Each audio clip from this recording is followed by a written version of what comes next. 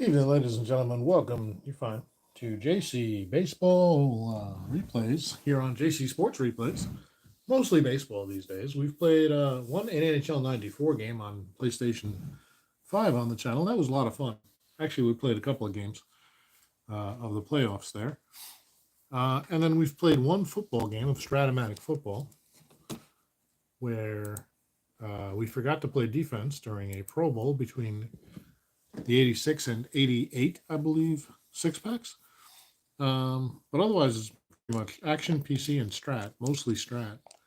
We are 17 games. This is our 17th game in 1986, and we're going to play two tonight because I want to play a little catch up and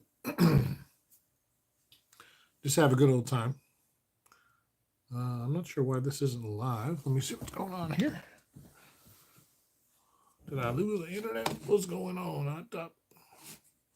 Oh, it's coming. There it is.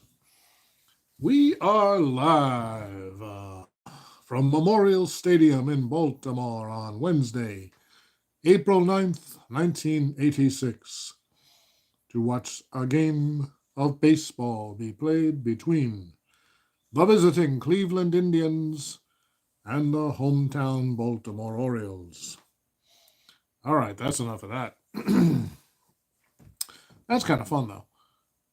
Cleveland's going to come in with a record of 1-0, led by the manager, Pat Corrales, and he is going to set his lineup like so. In center field, leading off, it's Brett Butler. Second baseman, Tony Bernazard, bats second. Shortstop, Julio Franco, bats third. Franco 6 for 6 in the first game against Baltimore.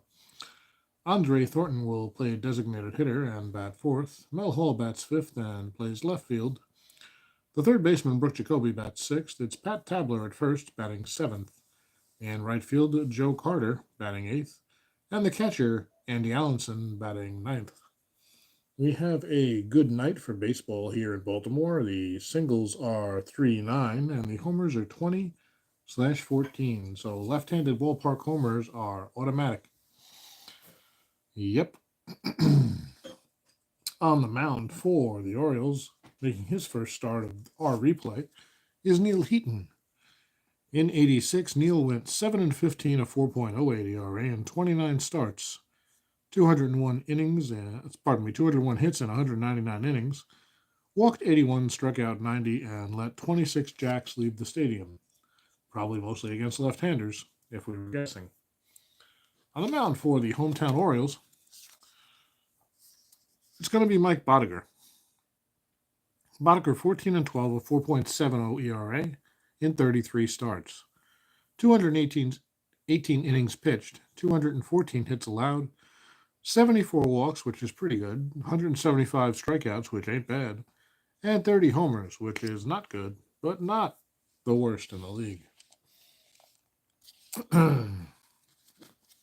Behind Bodiger tonight, the Orioles' defense, set by Earl Weaver, looks like this. It's Alan Wiggins playing second and leading off. Right fielder Lee Lacy bats second. Cal Ripken will play short and bat third.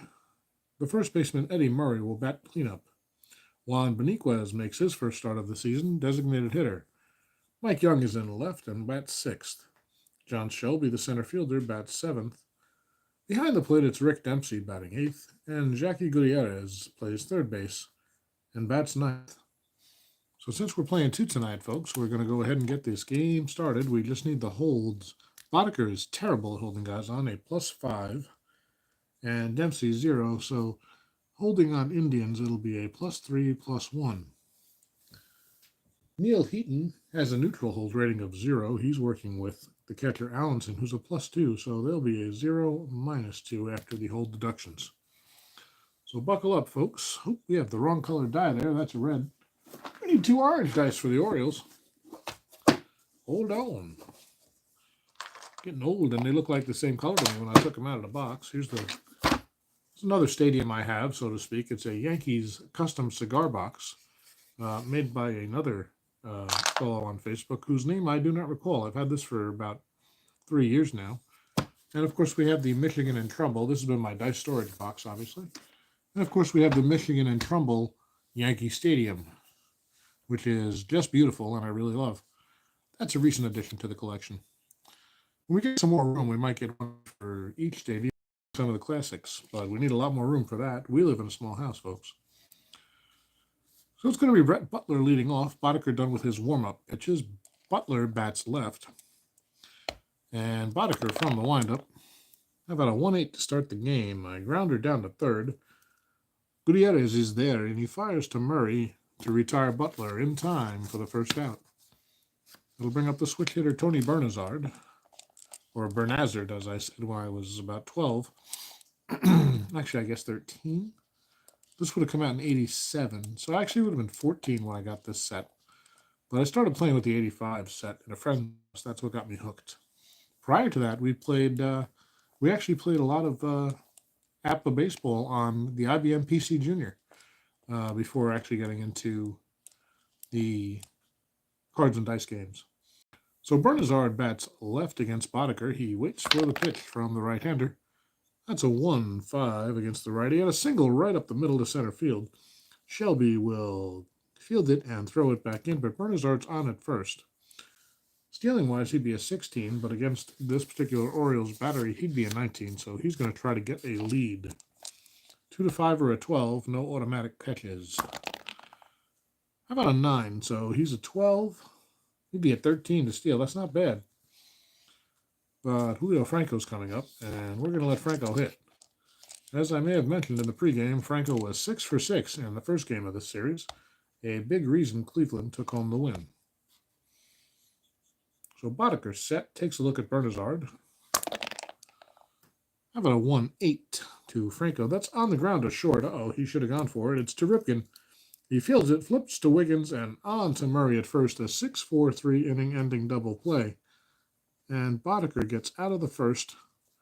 1-2-3 the non-traditional way, and Baltimore coming up. Still no score.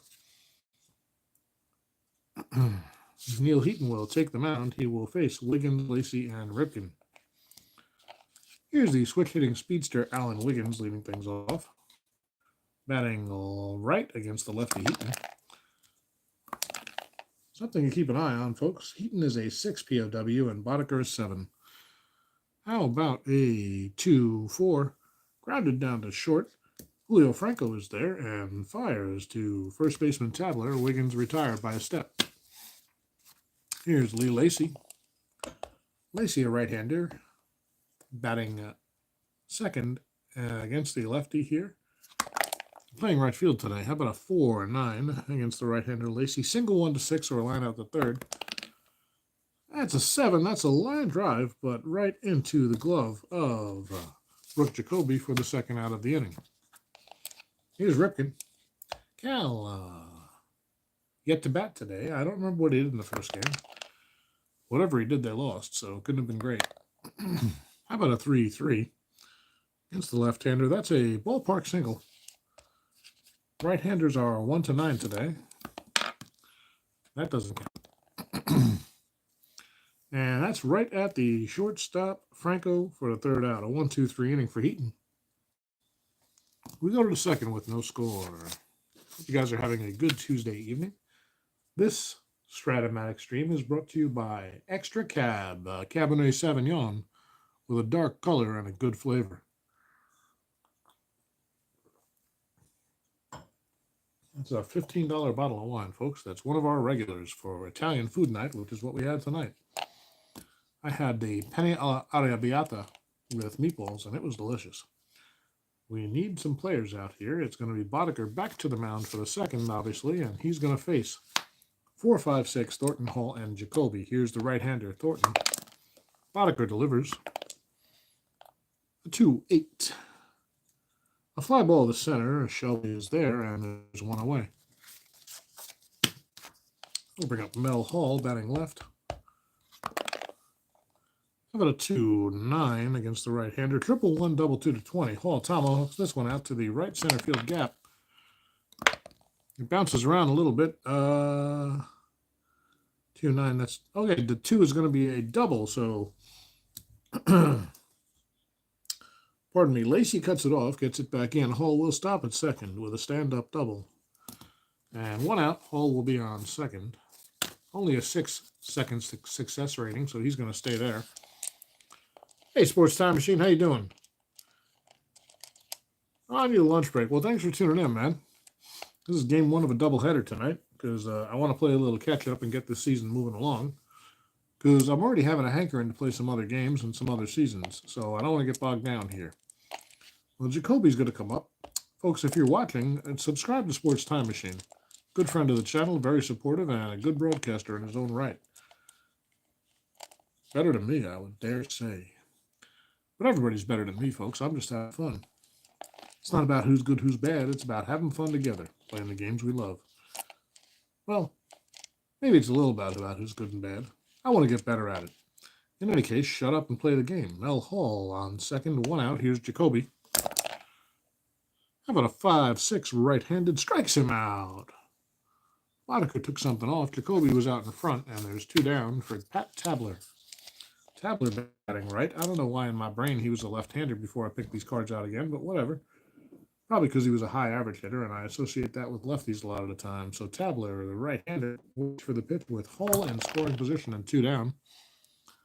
That's a 1-6. Double 1 to 11, single 12 to 20. Either way, the run's going to score. It's hit out towards the left field. Young is trying to run it down. He can't get there. Shelby can't get there. That's going to be a two-base hit. Shelby takes it on one hop off the wall, but too late. Mel Hall scores easily, and Pat Tabler has himself an RBI double with two outs. So now it's Tabler on second, and Joe Carter comes to the plate. Carter, a slugger. They just might not know it yet. He's batting eighth. So two down, Tabler on second. Boddicker delivers. 6-9 right-hander. Normal 1 to 14 or a double. I'm sure Carter has normal power, so on a 1 to 14, this one is high. It is deep to left field. Hall is going back on it. Forget it. It's 4 rows deep. Carter has cleared the wall, a 2-run home run. And Cleveland picking up where they left off. They now lead 3-0 here in the second. Tabler was a heck of a bases loaded hitter, wasn't he? I kind of remember that, Sports Time Machine. Thanks for mentioning that. And I believe that was in his career, too, not just this year. So there's 2 outs, nobody on, 3 runs are in, and Andy Allenson is coming to the plate. The catcher, notable for his 20 throwing error rating. So anytime there's a 1 to 3 on stolen base against Allenson, he throws it away. Literally every time. It's terrifying. But for now, he's just got a hit. And 3-8 against Boddicker. He does hit it, but on the ground, right to the third baseman, Gutierrez, who tosses it to Murray to retire the side. But Cleveland picks up 3 here in the second. And Boddicker has set his team up with a 3-run deficit. Here's Heaton coming out for the Indians. He will face Murray, Beniquez, and Young. Eddie Murray, a switch hitter, batting right against Heaton. Heaton with the pitch. It's a 5-5 fly ball to left field. Should be no problem for Mel Hall, and there's 1 down. Mel Hall and Chad Curtis will not be getting invited to Yankee Old Timer ceremony. Well, that's kind of a shame. 2 guys I really liked a lot. And here's Beniquez. Hall was the only thing we had in 91, if I remember, as a Yankee fan. And Chad Curtis was an underrated player. So here's Beniquez, the designated hitter, batting right against Heaton. He bats right against everybody, though. And that's a single through the left side. Beniquez pulls it in between third and short for a clean single. He's got a 13 steal success rating, a 6 chance to get a lead. They will hold him. And Mike Young coming up to bat. Yeah, what the heck? We're going to see if Beniquez... No, down by 3 already. They're not going to look to steal yet. What's the reason behind that, Sports Time Machine? Are you being facetious, or did I miss a piece of news? So that's a 5-9, batting right-handed is Young. And that's a normal home run 1 to 9. Does he have normal power against lefties? He does. So this is back deep to left center. It could go, and no, it's off the wall. A 2-base hit. Young is going to be into second. Beniquez around third. Will they wave him home? A 1 to 11? Who fielded this? 5-9. That's going to be the center fielder. 0 arm. Nope, he's not going anywhere. He'd actually be a 1 to 10 to score. Criminally convicted of really bad crimes. Oh, I didn't know that. I do my best not to pay any attention outside the lines. That's just a personal preference. Occasionally I come across a piece of information, like I remember the Jimmy Leyritz thing, and it's hard to avoid the troubles that Lenny Dykstra went through, or for that matter, Gooden and Strawberry. Um, Ray Lewis made national news, but a lot of the guys who quietly disappeared from the game, since I don't really watch any sort of news, I often miss those type of stories. Well, it's Beniquez on third, Young on second with a double, and John Shelby to the plate. The switch hitter will bat right. Orioles trying to get back in this one. They trail by 3. Here's a 3-7. It's the left-hander. Grounded down to third. It'll be fielded by Jacoby. He's going to go the short way. No, he's not. It's a B. I got to check this one just to be sure. I think everybody's holding. Second and third, B. Yep, everybody's holding. So Jacoby looks him back. Beniquez retreats to third. Young standing on second. And fires across the diamond to retire Shelby.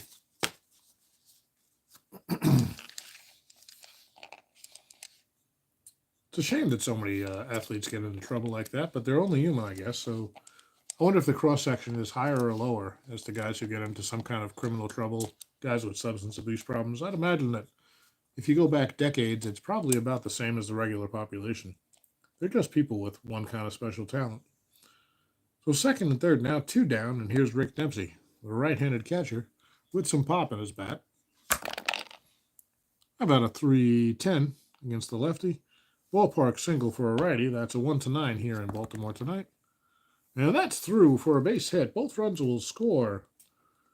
By the time they get the ball back in, Young is ahead of the throw. And Dempsey will hold it first. A 2-run single for Rick Dempsey. And he's one of my fun ones. He's a 22 to steal second. I'd make him a 23 if it was possible. But what the heck? We'll see if we can roll a 2. We cannot. So Dempsey not being held. And here's Gutierrez with 2 down and Dempsey on first. Jackie bats right. It's a 4-10. That's going to be a grounder to third. No problem for Jacoby. And Gutierrez is the third out. But the Orioles pick up 2 and now trail by just a run, 3-2, as we head to the third. All right. Boddicker comes back out. He'll face the top of the Indians' order. Butler, Bernazard, and Franco. And I will have a sip of extra cab. They're not paying me to stream this, folks, but they ought to be. I'm just that good. So here's lefty Brett Butler. How about a 1-8? I have a topic for an episode I want to do shortly. 1-8 right-hander Boddicker. That's grounded down to third. The third baseman Gutierrez has it and fires to retire Butler. The second time Butler's grounded out to third today already. Wanted to talk a little bit about why we play what we play and the dichotomy between what I'm doing now, which is broadcasting a game, going kind of slowly, right? Dichotomy might be the wrong word. And just taking it play by play with a full announced play by play. And the desire to get games done quickly so that we can move through a season, because there are so many seasons in so little time comparatively that I would love to complete or at least dip my toes into. And I've committed to doing a full season on this one. We're probably going to break that up with some other projects, but I would estimate this is going to take us at least 3 or 4 years here on YouTube if we broadcast every game. So it's an interesting thing. I wanted to play another game last night, but I was too tired, I felt, to broadcast adequately, and I ended up not playing anything and just relaxing for a little while on my phone and going to bed. So that'll be an interesting discussion one of these nights when we're not playing a game. But anyway, here's Tony Bernazard. He's 1 for 1, bats left against Boddicker. And 2-7 against the right-hander. Pops it up on the infield. No problem. Murray is there, calls everyone off, and makes the play for the second out of the inning. Julio Franco to bat now. He's 0 for 1, grounded into a double play. There's 2 down. Boddicker sets and delivers from the stretch. How about a 2-6? That's going to be a base hit. Could drop in. Might be trouble. It's heading for the left center field gap. Hall is over and cuts it off. He'll hold Franco to a single. But Julio, that's his 7th hit in 8 at-bats so far this season. And an interesting one here. He'd be an 18, so we'll try to get him a lead with 2 outs and put him in scoring position for Thornton. So Thornton comes to the plate 0 for 1. Franco with a big lead. He's trying to go 2-4 or a 12. 12's caught stealing immediately. So Boddicker with the pitch. Dempsey fires down in plenty of time, and Franco is caught stealing for the 3rd out of the inning. So a 1-2-3, the non-traditional way for Boddicker. And it's still 3-2 as we head to the bottom of the 3rd. Hey, Jimmy Jam, how you doing? If you're not streaming, you don't play a lot of games. You play in a 2-person Super Strat PC computer league. Oh, that's cool. So you guys play all the games, or you just drafted teams, or what? You've chosen off different sides. How does that work, Sports Time Machine? That's kind of cool. How's your evening going, Jimmy Jam? Thanks for joining us tonight. You're just in time for the bottom of the 3rd. The Baltimore Orioles trailing by a run, and they will send up the top of the order against Neil Heaton. It's going to be Alan Wiggins leading off. He's 0 for 1 today, grounded out his first time up. How about a 3-6 against the left-hander? Grounded to short. Franco is there and retires Wiggins for the 2nd time today. Lee Lacy, 0 for 1. Heaton delivers. It's a 5-6 against the righty Lacy. Lofted out to center. And who's the center fielder? Brett Butler will retire Lacy for the 2nd out. 2 down quickly against Heaton here in the bottom of the 3rd. And it'll be Cal Ripken. Cal lined to short his first time up. We drafted 16 teams. Oh, that's cool, man. That's a lot of fun. How about a 1-5 against the lefty? Grounded down to short. Franco in plenty of time.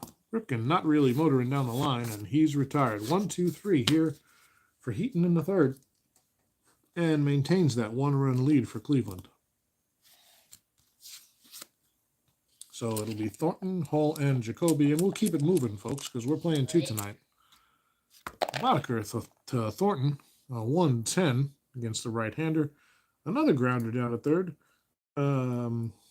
Having trouble keeping track of which team. Gutierrez makes the pick and fires to Murray. 1 away. Each starting 9 gets 9,050 OPS points each. Oh, that's cool. You have your volume up on your phone as you listen as you go home. One thing I ask is if I can turn up my volume. Well, you know what? I can talk a little louder. I don't have... I'm actually recording on my phone, so I don't have an adjustable microphone, but I'll do my best not to speak so softly. And at the same time, not drive my wife crazy. She is listening to TV through earphones so that I can have the benefit of no background noise or limited background noise. But I will try to project my voice a little bit better. I do tend to get a little sleepy and quiet in the evening. In fact, I'm generally a soft-spoken guy. So thanks for the advice, Jimmy Jam. Hopefully I'm projecting better. I'll try to keep it up. Here's Mel Hall with 1 out. He doubled and scored in the 2nd. Mike Boddicker with the windup, and there's a foul ball. Boddicker again. Grounded down to 1st. Murray's there. Boddicker's over to cover, and Hall is retired. 2nd out of the inning. That's going to bring up Brooke Jacoby to 3rd baseman. He struck out his first time up. Boddicker delivers. It's a 3-3 against the right-hander. Base on balls. Boddicker misses. And Jacoby ambles down to 1st. Could be your old phone. No, it's likely me being soft-spoken, sir. Very much likely. So Jacoby is on. That's not him. That's not him either. He's normally a 13. Against this terrible battery with a +3 hold at 1st, he'd be a 16, but he only gets a good lead on a 3. So let's give him a shot. They're not holding him. Oh, they are holding him, actually. Pardon me. I hold pretty much everybody that's got a decent chance. In other words, a first steal success rating of like 10 or higher. So a 7 does not get Jacoby a lead. He's held closely. Boddicker throws over. Just keeping an eye on the runner. And here's Pat Tabler. Tabler started things off back in the second with an RBI double. Came around to score on the Joe Carter home run. So Tabler 1 for 1 today. Where am I located? I am in Shrewsbury Township, New Jersey, which is right along the Jersey Shore, central New Jersey. Just a few miles from the beach here. We're a little inland, but not too far. A 10-minute drive to the beautiful, I guess, Jersey Shore. It is picturesque. Sometimes. So here's Tabler. Boddicker ready. And that's a 1-2 against the right-hander. Single to right field, but wait, that's Clutch. Oh, Clutch doesn't matter. Jacoby's only on first. So he goes the other way, and it's through. Jacoby around second. He'd be a 1-13, and the right fielder's arm is a 0. Nope, they're going to hold him with 2 outs. So it's first and second now for Joe Carter. And Carter homered his first time up, a big 2-run shot.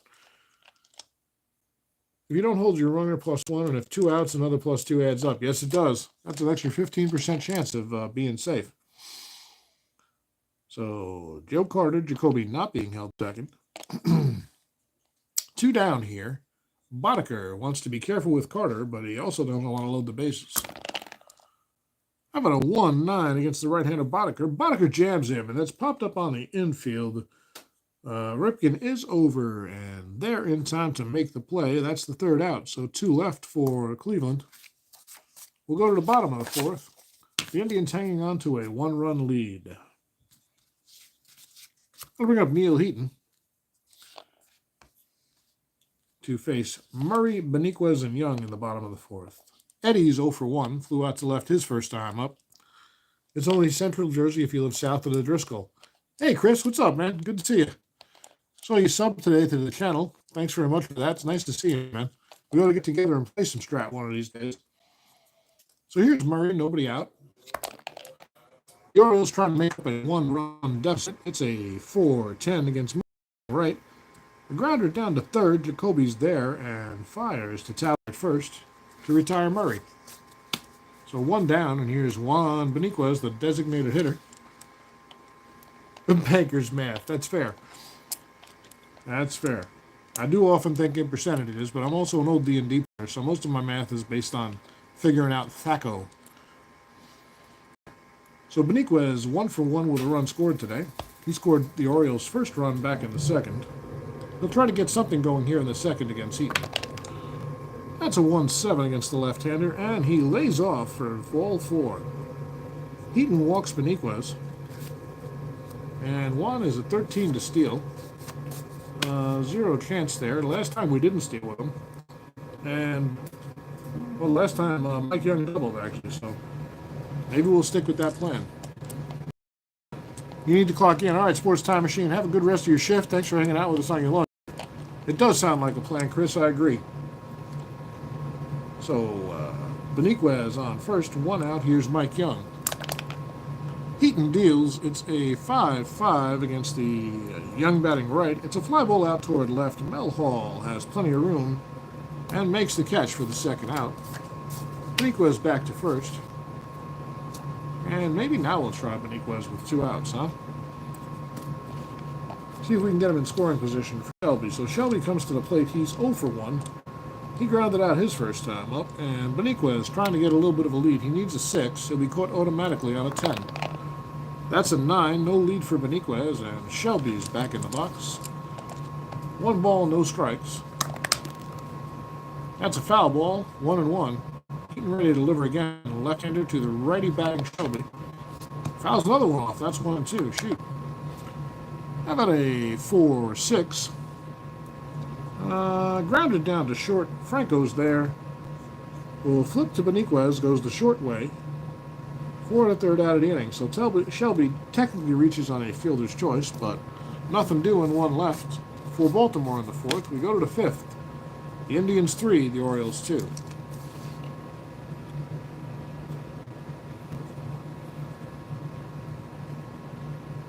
In the 5th, Mike Boddicker will face number 9, Andy Allenson, followed by Butler and Bernazar.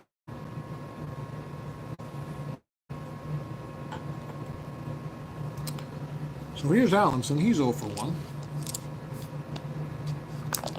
The pitch from Boddicker, it's a 5-8. Second base X, that's actually our first X chance of the day. Wiggins is a 4E17. Yikes. An 18 ought to be safe, and a 16. An 18 is a G1, and a 16 against the 17 is safe. So Wiggins makes the play, and Allenson is retired. One down. That's going to bring up Butler. Butler grounded out to third both times so far today, 0 for 2. Mike Boddicker with the wind-up and the pitch. That's a 5-8 lefty. Another grounder to second base X. They're testing Wiggins, still a 4E17. That hasn't changed in one at bat. This time a 7-16 again. So a 7 on a 4 is a G3. And a 16 on a, what is he? I forgot. The 16 on a 17 is nothing doing there either. Wiggins makes this play again. Butler is retired by a step, and Brett's hitting him on the ground. He's not able to beat him out today. These guys are making good, solid throws. Butler ought to try hitting it a little softer. He'd probably beat it out. So here's Bernazard. Bernazard 1 for 2 so far today. Switch hitter batting left. Boddicker with 2 outs delivers to Bernazard, and it is a 4-4. Catcher's card X. We're going to do all the X chances this inning. Dempsey's a good catcher, 2E5. The only thing that bogs down Super Advanced sometimes is looking up the defensive roles. So it's a 6-9 against a 2E5. That's going to be a PP, so no pass ball possible. And a 9 on a 5 is nothing, so he pops it up behind the plate. And Dempsey's there to make the catch and retire the side. A 1-2-3 inning for Boddicker. Nothing doing for Cleveland. The Orioles coming up still trailing by 1. And they'll send up 8-9-1, Dempsey, Gutierrez, and Wiggins. Here's the catcher, Dempsey. He's 1 for 1 today with a couple of runs driven in. And Heaton throws from the left side. Foul ball, strike 1. Reroll that bouncer. It's a 3-9 against the left-hander. A line drive right at Jacoby. He takes a step to his left and gloves it to retire Dempsey for the first out. Here's Jackie Gutierrez. Gutierrez grabbed that out to third his first time up. Heaton from the windup. It's a 5-12. Grounder to Jacoby, third base X. 3E26 for Jacoby. And how about an 11-14 this time? G2. G2 nothing. Jacoby picks it and fires to Tabler. Gutierrez is retired, 5-3 for the second time today. It's going to be Wiggins. Wiggins grounded out the short twice so far, 0 for 2. Weird, repetitive results for some of these players today. Sometimes it just happens. Pardon me. The heat is getting to my throat a little bit. That's a 3-7 against the left-hander. Grounded down to short. Franco's there for the third time today. Julio Franco picks it and retires Wiggins. So a weird pattern developing here for the 1-9 hitters for Baltimore.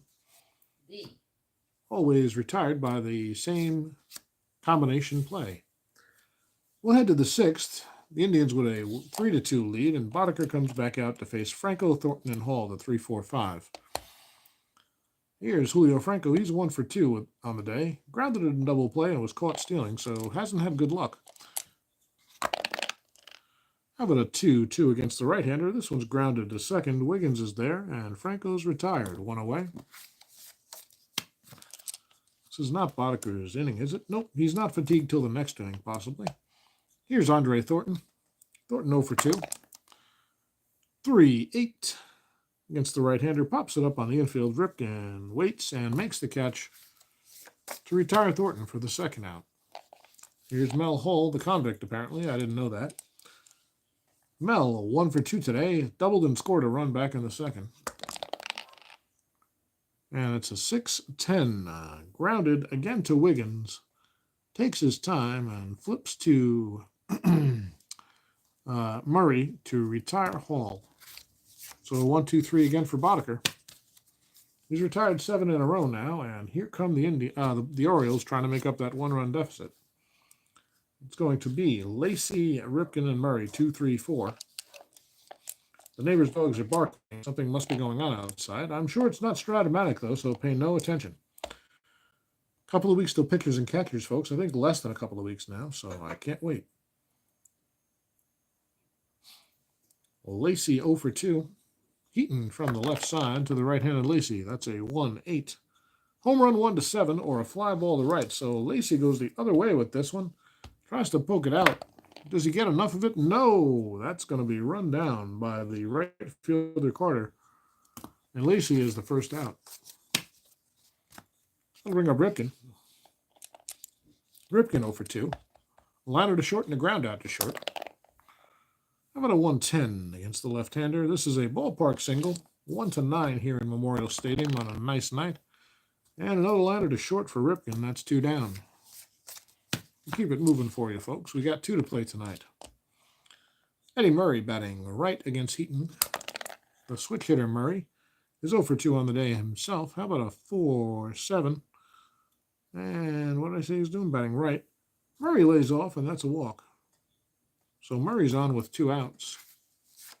He's not looking to go anywhere. He's at 220 as far as stealing.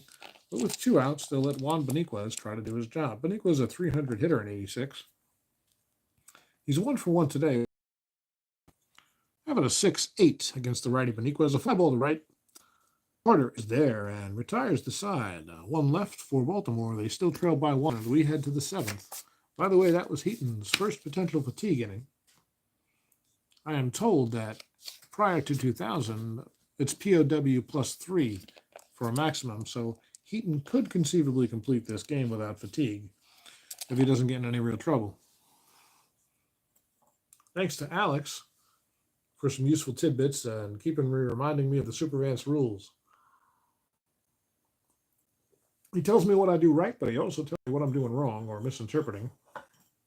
And his knowledge of the Super Advanced rulebook seems to be encyclopedic. Encyclopedic? I don't know. Something like that. In any case, Boddicker comes out for the 7th. He's going to face Jacoby, Tabler, and Carter. Jacoby 0 for 1, struck out and walked. And a 5-12. Right-hander ground ball, second base X. Wiggins still a 4E17 from previous adventures. He's been good so far today, though. This is a 9-7. That's a G3 and nothing. So Wiggins makes the play over 2. Murray again. He's been busy today, but he's been up to the task. So 1 down. Here's Pat Tabler. Pat's 2 for 2 today. A single, a double, an RBI, and a run scored.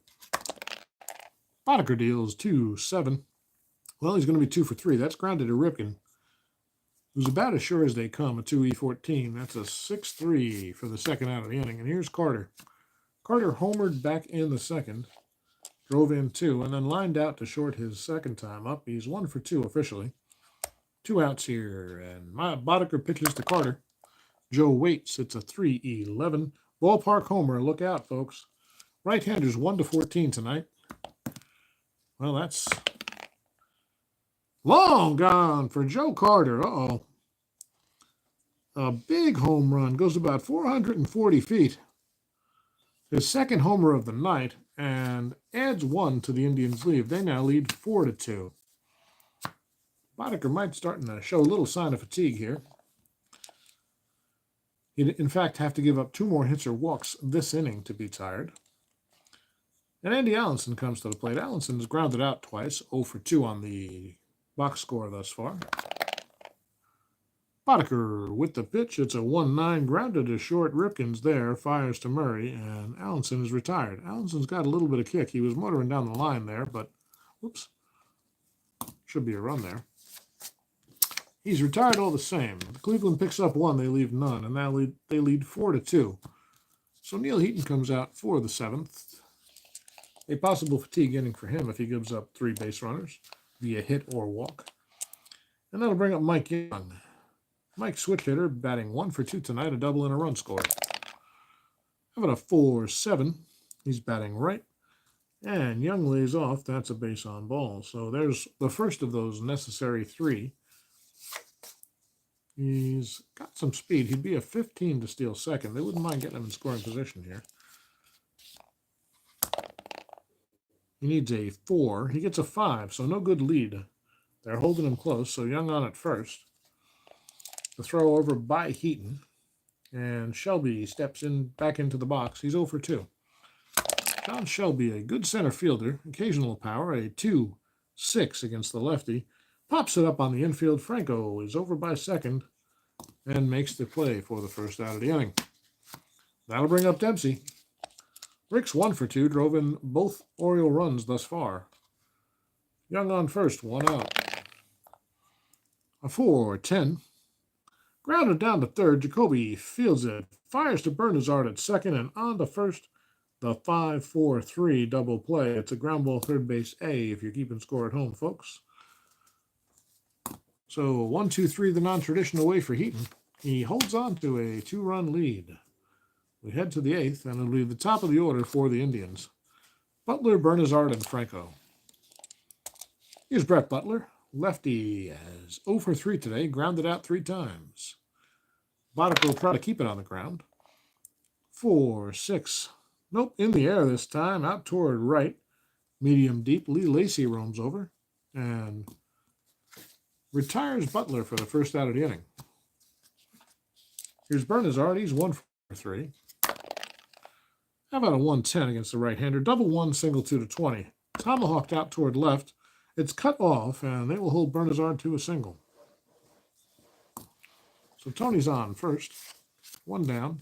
He's going to try to get a lead against this terrible battery of Boddicker and Dempsey. It's really all Boddicker's fault. He's a +5. How about a 6? Nope. Bernazard needed a 2-5 or a 12. So the throw over from Boddicker, and Bernazard steps back to the bag. Franco takes a moment, and he's back in the box. Bernazard at first. Shortens his lead a little bit. Boddicker with the delivery from the stretch. It's a 2-6. Oh, this one's trouble. Out toward the gap. Double 1 to 14, single otherwise. It's going to get past everybody. 1 hop the wall. It's a 2-base hit for Franco.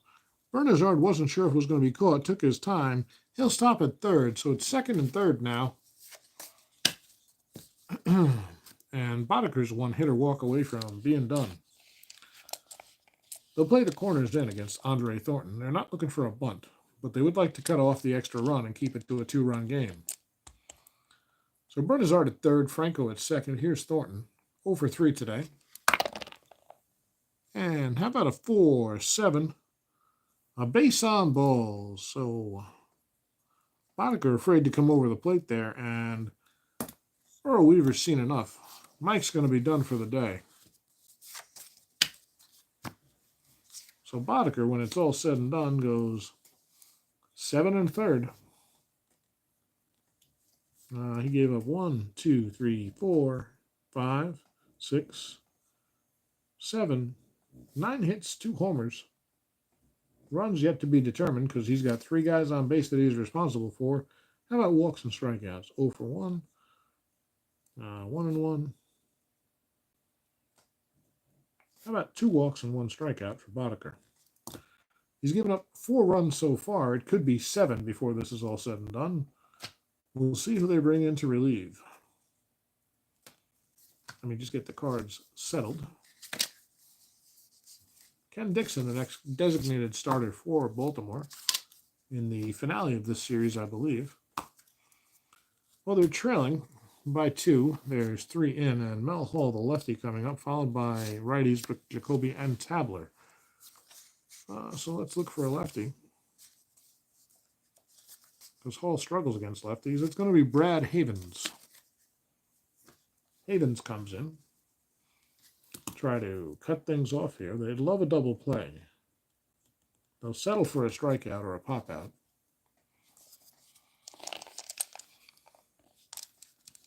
So bases loaded, 1 down. Infield playing for the double play now. They're back. Mel Hall comes up. He's 1 for 3. Doubled and scored a run way back in the second inning. Grounded out twice since then, and Havens would love to induce another ground ball here. Hall waits from the left side.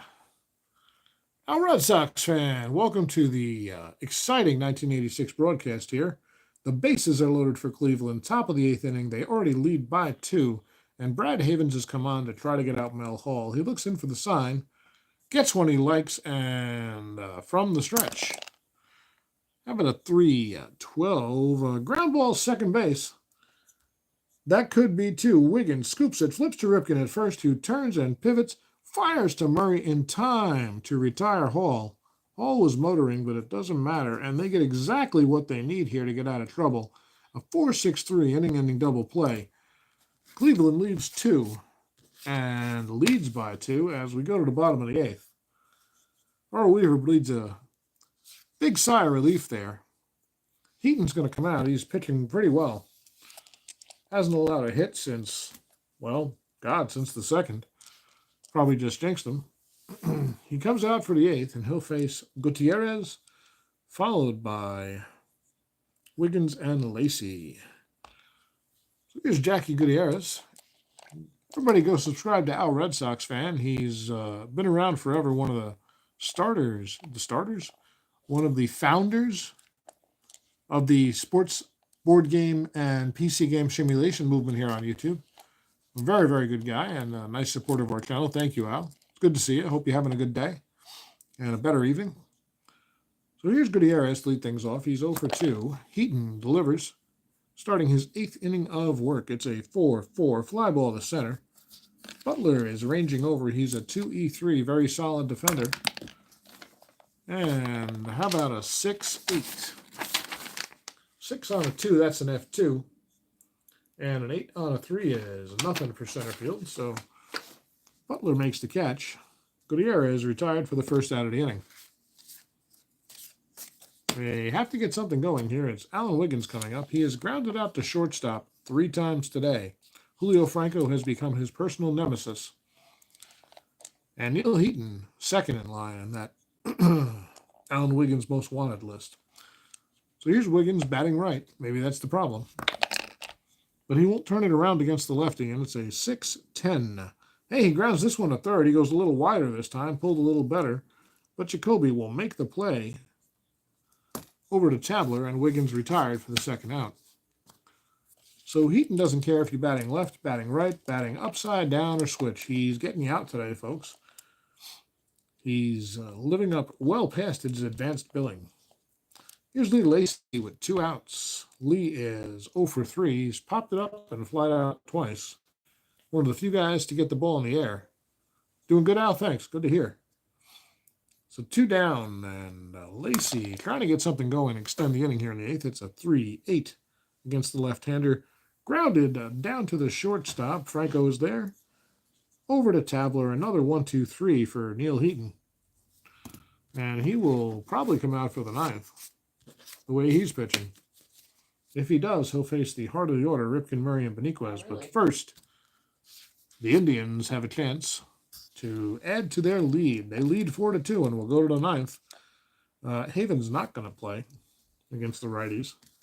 3 right-handers due up, so Brad Havens goes 2/3 of an inning, gets the double play, saves Boddicker from giving up any more runs, but he's given up 4, and I think they're all earned. They are. Havens himself gave up nothing. We'll have a new pitcher for the Orioles. Who will it be? Well, they're down by 2. You know what? They're actually going to go to Don Oss, or Ossie? Ace? I'm actually not sure how you say his name. I always thought it was Ossie. I don't know if that's right, though. So Don Ossie, the Baltimore closer, will come out and get some work here. There will not be a save opportunity trailing on the road, trailing at home. So they'll use Ossie to try to get through the righties here of Ripken, Murray, and Beniquez so they can come up in the bottom of the 9th and try to tie this game. Sorry, Ossie will be pitching to Jacoby, Tabler, and Carter. Getting my teams mixed up as I look at the score sheet.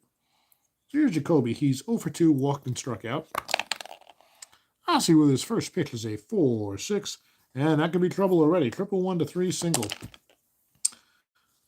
Jacoby goes the other way with a base hit to lead off the 9th. And Brooke would be a 16 to steal here. Yeah, what the hell? He needs a 3. Not likely to happen, but if we don't ever roll for him, he'll never get it. Especially against... Oh, actually, it might not be a +3 hold anymore. It's not. It's actually going to be a much better hold. So it's a good thing he didn't get a good lead, because it's a -5, -7. I'll see a -3 with Dempsey 0. Makes it a -5, -7 to hold guys on. So Jacoby on first held closely after he stupidly tried to get the good lead. And here's Tabler. Pat's 2 for 3 today. How about a 2-9 against the righty? Strikes him out. Ossie blows Tabler away. High fastball. About 92, but it was sneaky. Tabler didn't expect it after a steady diet of breaking balls. And there's one away. Here's Joe Carter. Now here's the problem for Don. Carter 2 for 3 today with a couple of homers. 3 runs driven in. He's driven in 3 of the 4 Cleveland runs. He'd love to add to his total. Ossie delivers. It's a 4-8 against the right-hander. Single 1 to 10 or a line out to short. So this one's hit towards Ripken. He leaps. It's over his head and on into left field. Mike Young charging in. Gets it quickly and throws back to Ripken. He'll hold Jacoby to second. So it's first and second with only 1 out. And here's Andy Allenson. The catcher Allenson 0 for 3 today. 3 ground balls. Dinner calls. All right, Chris, thanks for stopping in, man. Appreciate it. Enjoy your dinner. We'll see you soon. Appreciate the support, brother. How about a 2-8? That's grounded to short. Looks like it could be 2. Ripken is there. He knows how to do this. Flips to Wiggins and on to Murray. So Oss does his job, or Ossie, a 6-4-3 inning-ending double play. The Orioles get a couple of those today just when they need them. But unfortunately, they trail by 2. Fortunately, they have a chance to make it up here against Neil Heaton, who does come out for the 9th. He's retired 5 in a row and hasn't allowed a hit since the 2nd. He's going to face the heart of the order, Ripken, Murray, and Beniquez, all right-handers against the lefty Heaton. Well, Murray bats switch, but... So here's Cal. He's 0 for 3 today. Bottom of the 9th. Orioles trail by 2. Fouls the first one off, and Heaton set again a 4-7 against the righty, and Ripken takes a pitch low. Ball 4. Well, the bullpen's going. Heaton on a short leash. He hasn't exactly been perfect today. He might be getting a little tired, and I bet you if anybody else gets on, they're going to go to the bullpen. But right now, it's Eddie Murray coming up, the switch hitter, 0 for 2 with a walk today. Bats right against Heaton. And that's a 6-8. Double 1 to 11, single 12 to 20. Yep, that's going to get in the gap and be good for 2 bases. So exactly what Pat Corrales did not want to happen. He gave Heaton a chance, and quickly 2 runners in scoring position, and Murray at second representing the tying run. So Heaton's done. We'll take a moment to make this pitching change, folks. Heaton goes 8, and he's on the hook for the runners. In the next game, it'll be Tom Candiotti for Cleveland. But for now, we need a closer, and boy, oh boy. The best guy, the actual closer for Cleveland, and one of their liabilities is Ernie Camacho. Camacho from the right side. Let's do Heaton's line thus far. 1, 2, 3. 4 hits, no home runs. He's allowed 2 runs so far, but he's on the hook for both base runners. How about walks and strikeouts? That's a lot of ground balls. 1, 2, 3, 4 walks, no Ks. So Heaton did it with magic and mirrors today. Kept the ball on the ground for the most part. But now he's in trouble. He stands to win it, but there's 2 runners on, and the second runner, Murray at second, represents the tying run. Beniquez comes to bat. He represents the winning one, and Ernie Camacho's done with his warm-up pitches. Let's check the hold. It's a +4. So it's +5. So guys can steal all day against these guys. They're +3, +1 together. Camacho and Allenson. So here's Beniquez. They're playing back. The runner at third doesn't matter. That's cocked. How about a 6-10 against the right-hander? Fly ball to center. Butler's over. He's a 2-E-3. How about a 1? Uh-oh. 1 on the 20, never good. And an 11. That's a double 2. Butler will not catch up to it. That's going to score both runs. A 2-run double for Juan Beniquez, the designated hitter, his second hit today. And suddenly the Orioles have tied the game. Camacho immediately blows the save. First pitch he throws. And he's on second. He represents the winning Young with Mike Young at the plate. So,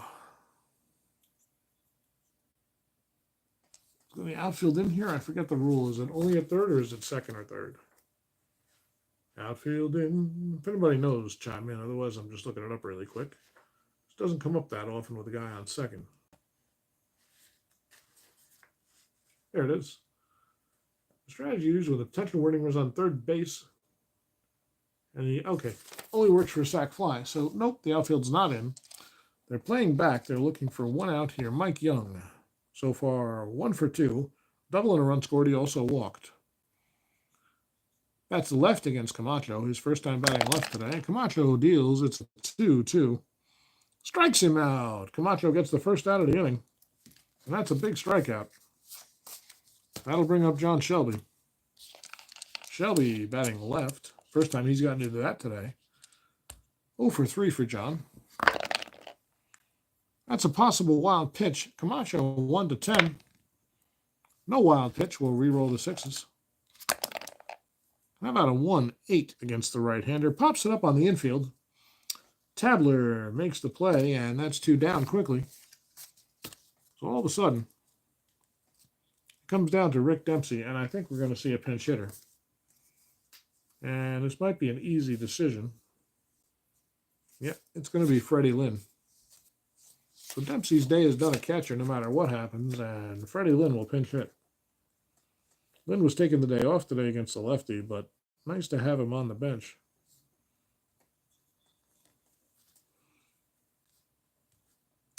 And guess what? They're going to walk him. So they intentionally walk Fred Lynn with first base open. It's now first and second. Lynn's run doesn't matter a whit. And that'll bring up Gutierrez, who's 0 for 3. Let's see if they have another pinch hit bat. Well, they probably do. They've got Dwyer. They've got, never mind. It's going to be, I think it's going to be Larry Sheets, folks. Or Jim Traber. It's going to be Larry Sheets. A lot of left-handers hiding on that bench right now. So Gutierrez is out.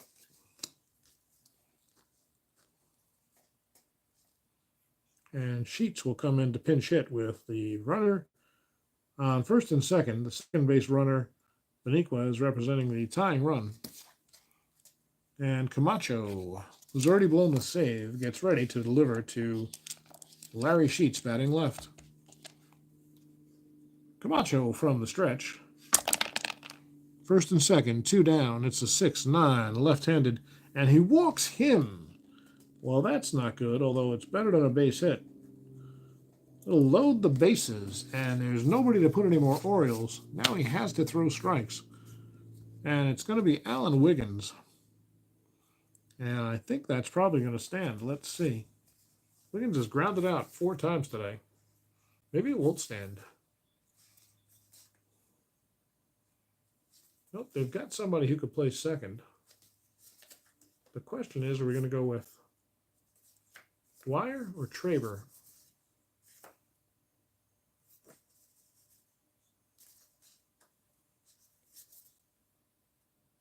They're going to go with Jim Dwyer, folks. Dwyer gets on base a little bit more often than Traber, and a walk here wins the game. So, Wiggins' day is done, the 3rd straight pinch hitter.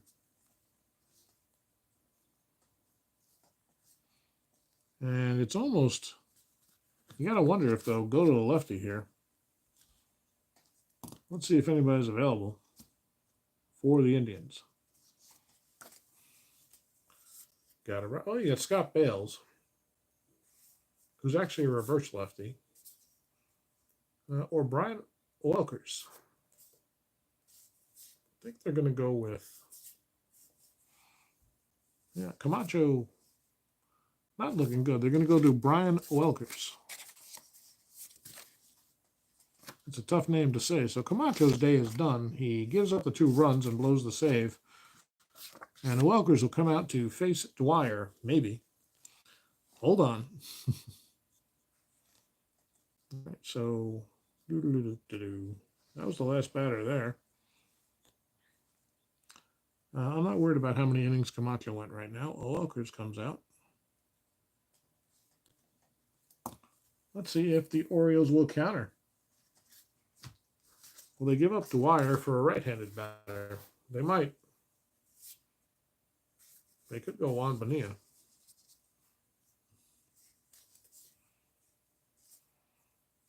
It's either Bonilla or Rayford. They're going to go Juan Bonilla, which, frankly, Pat Corrales likes that matchup better, so Dwyer doesn't get to bat. He will record an appearance, but doesn't actually appear. He was just waiting to bat, and it's going to be Bonilla. To pinch hit here in the 9th with the tie game. Bases loaded. Full of Orioles. Welkers from the stretch. Beniquez at 3rd. Lynn at 2nd. And Sheets at 1st. The only one that matters is Beniquez. Welkers does throw wild pitches. He's a 1-11. He's from the stretch. Gets a sign he likes from Dempsey. Or, nope, not from Dempsey, from Allenson. And the pitch. It's a 5-9 against the righty Bonilla. On the ground to short. Franco is there and flips to first to retire the side. So the Orioles leave 3 but score 2, and that's what they needed to tie this game. We're going to have to make some defensive changes here. So Bonilla's going to stand to play second. He'll be a second base for E15. We're also going to need a catcher and a third baseman. I think Sheets can play third. Yep, so Sheets will stay in to play third. He's not good. Third base 5, E37. Oh, sorry, Dwyer is not there. What did I say? Second base 4, E15 for Bonilla. And we're going to need a catcher. So Dwyer will be out. No, not Dwyer. Who'll be out? Lynn will be out.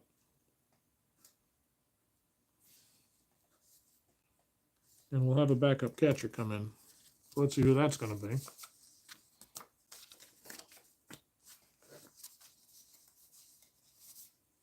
Perhaps somebody. Oh, it's Floyd Rayford.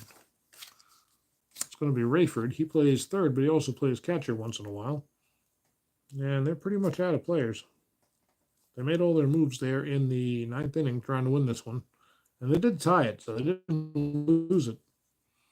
He's a catcher 3, E3, plus 2 arm, T20, ball 0. So that's all said and done. The bookkeeping is complete. And Ossie will come out for his 2nd inning of work.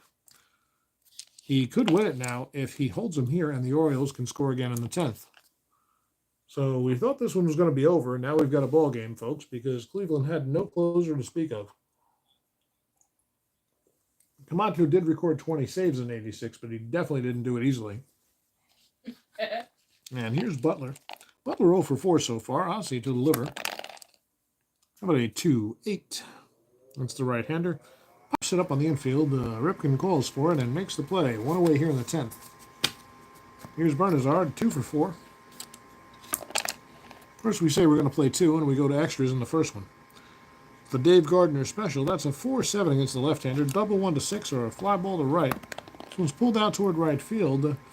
Lacey's ranging over, and he'll get there in plenty of time to retire Bernazard for the 2nd out. Julio Franco due up. Franco 2 for 4, a double in his last at bat. He is 8 for 10 to start the season after a 6 for 6 opening game. 2 for 4 today. And Franco waits. He's got power. Don't make a mistake to him, Ossie. It's a 2-6. Double 1 to 14 single. This is in the gap. Will it get cut off? No, it's through, and Franco ends up in second with his second double of the day and his third hit. Julio is just hot coming out of spring training. So Franco on second. He can run. Represents the go-ahead run. And here's the designated hitter, Thornton. Andre's 0 for 3 with a walk. We'll need that 20-sider now in case of wild pitches, balks, or pass balls. Not going to happen. It's a 4-7 against the righty. Double 1 to 7, single 8 to 20. The run's going to score either way. It's another double. Back-to-back doubles for Cleveland. So the Orioles do everything they can to tie it in the ninth. They use almost every player on their bench. And now it's 5-4 Cleveland in the 10th. Thornton with a huge RBI double to give the Indians a 1-run lead. And Ossie is pissed. And in fact, if he gives up one more base runner by hit or walk, he'll be fatigued as well. So he can be as angry as he wants, but here's Mel Hall. Ossie delivers. Runner on second, 2 down. It's a 6-6. Pardon me. Ground ball to second base. That's going to be the freshly interred Juan Bonilla. Freshly interred? Is he buried? Did he die? What the hell am I talking about? He just came into the game is what he means, folks, and he'll retire Mel Hall for the third out. But the damage is done. The Indians score 1. Lead 5-4 as we go to the bottom. And you've got Lacey, Ripken, and Murray coming up. 2 righties and a switch. Unlikely Welkers is going to pitch, although he pitches pretty well against righties. I wonder where his issue is. Oh, he gives them a lot of homers. That's his problem. And this is a homer-friendly park. Do we have any options? Nope. They all pretty much suck. So Welkers, despite blowing the lead, is... Actually, he saved things, didn't he? He shut it down when it was about to go really bad. When did he come into the game? He came in... When did he come into the game?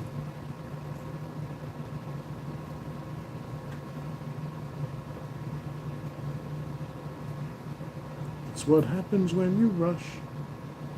Double...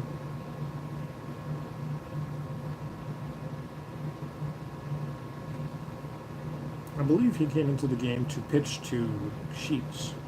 Yeah, that makes sense. So Welkers has gotten 1 out so far after he walked a guy.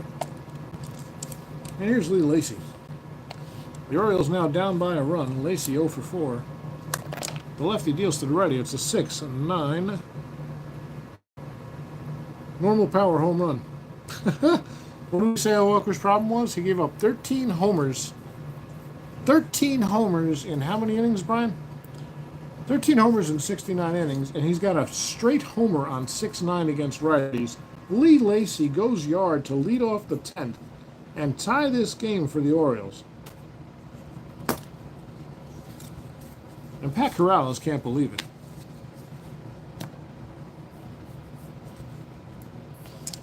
It's going to be a problem that's going to haunt Cleveland all year, guys. They don't have a pitcher with an ERA under 4 in the bullpen. So the game is tied now. Nobody out, bottom of the 10th. And now Welkers has to deal with Ripken, Murray, and Beniquez. And no, he doesn't. Pat Corrales had enough of that shit. I don't know whether it's the right move or the wrong move, but he's not going to let a Welkers get any deeper. What's going on, Bob? I'm confused.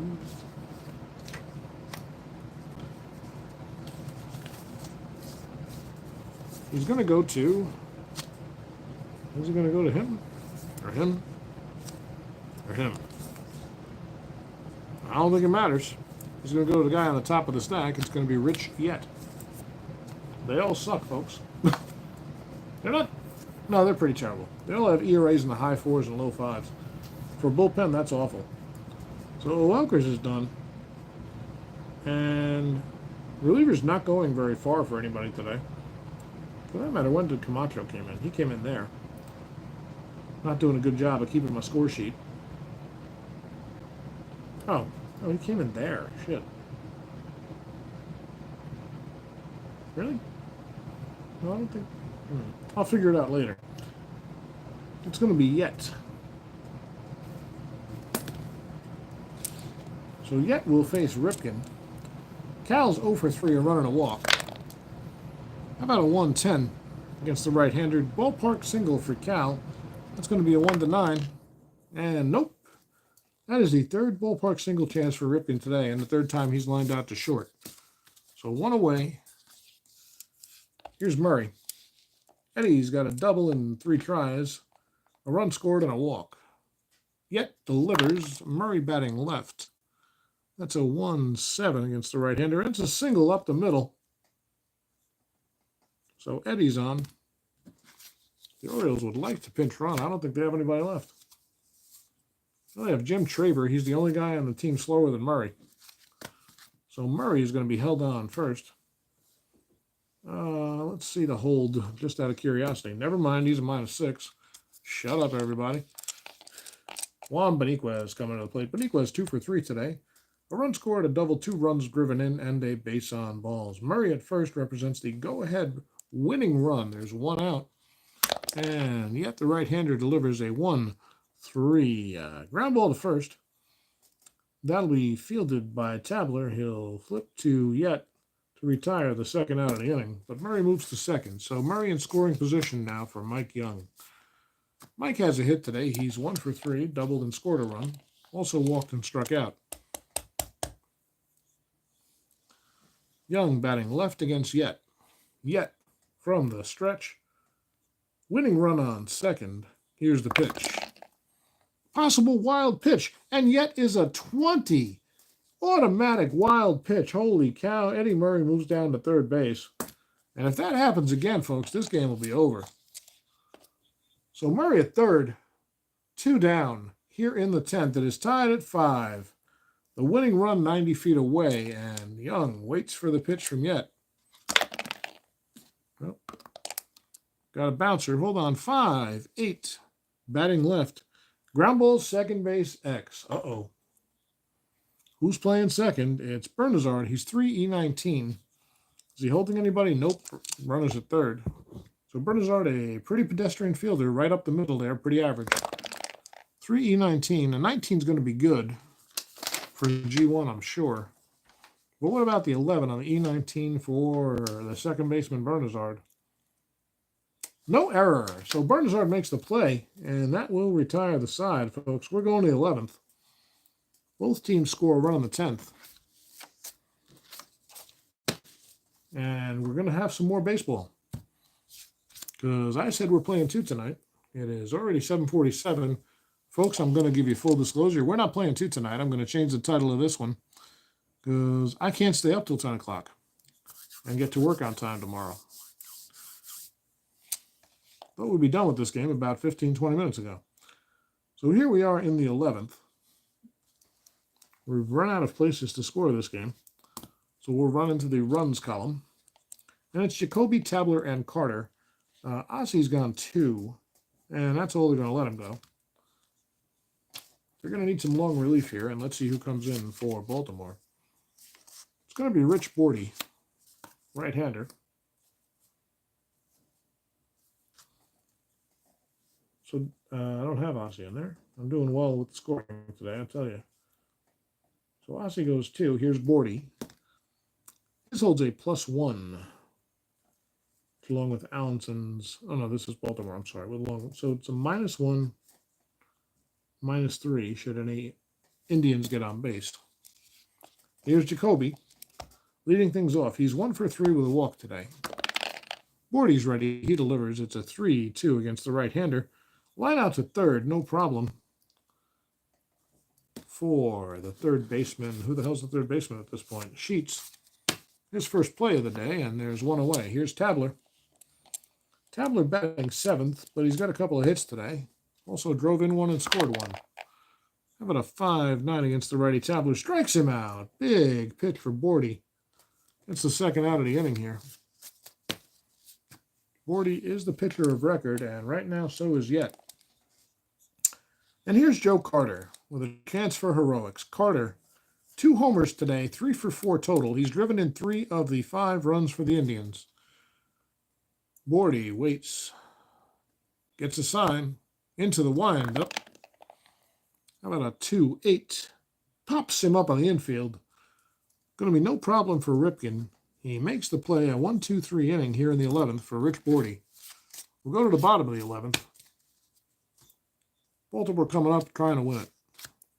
And yet we'll face Shelby, Dempsey, and Gutierrez. There's only one player left on the bench for the Orioles.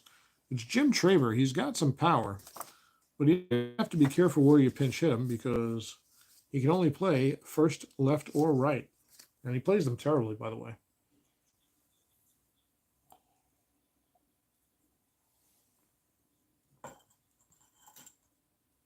Maybe we'll get another one. We'll see what time we end this one. There's plenty of energy. If we can get it in by 9, we'll do it.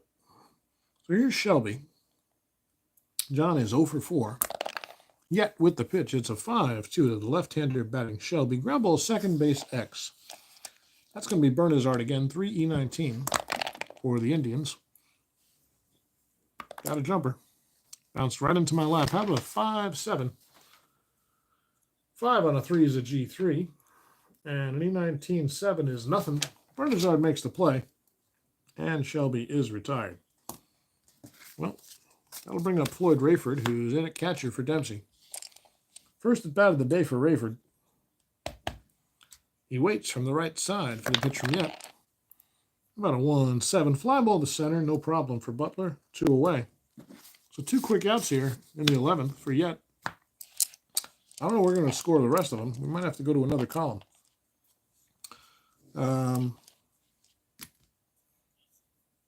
So 2 down, and it'll be Larry Sheets. Sheets has power, especially against righties. Yet delivers. Got a cocked eye. Throw it again. How about a 5-5 against the left-hander? That's a normal home run 1-3, double 4-20. This could be trouble. Sheets hits it deep to right field. Back goes Lacey. Back. He's on the track at the wall. It's off the wall. He has to chase it down. Sheets not very fast. Lacey gets it into the cutoff man, and Larry Sheets has a 2-out double. Boy, that was about 3 feet from winning the game. Sheets will settle in at second as the throw comes in. Whew, that was a close one. Well, it's not over yet, folks. Juan Bonilla comes up now with another chance to win this game. He came up with the winning run on second back in the 9th.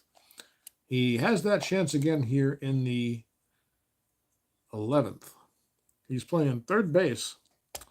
I wonder. Isn't that one of the positions we said, nope, Traver can play first? Who's playing third? Bonilla, I just said that. If he moves to second, I'm just making sure I cover all my options here.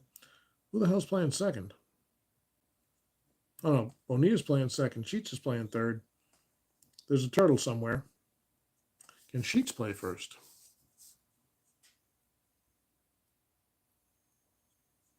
Hold on, I'm confusing myself.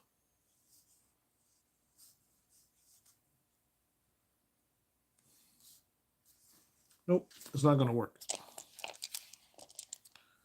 So Bonilla with a chance to drive in the winning run for the second time today.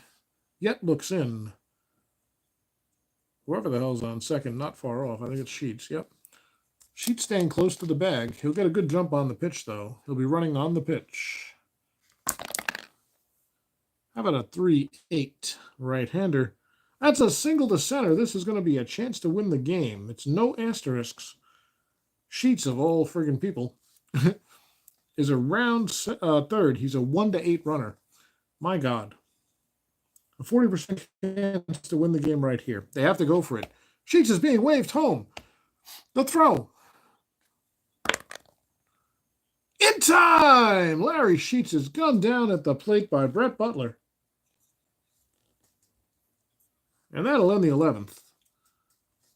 He had to go for it, folks. You got a 40% chance to win the game. Nobody's batting 400. Lee Lacey's not driving him in 40% of the time with 2 outs. So Bonilla does his job, but the run is cut off at the plate. A great throw from Brett Butler. And Floyd Rayford, the backup catcher, applies the tag. What a game we have going here, folks. We're heading for the 12th. It's still tied at 5. And Bordy is going to come out for his second inning of work. He thought he had it won. Bordy will face the bottom of the order. It's going to be Allenson, followed by Butler and Bernizard. They have yet to touch their bench. Let's see who they can put in for Allenson. Well, Dave Clark, maybe. Carmelo Castillo. They've got some options. Corey Snyder. Oh, boy. They'd like to go lefty. It's going to be Dave Clark. Dave Clark's got some good ballpark homer chances, so Allenson's day is done. Clark is going to pinch hit.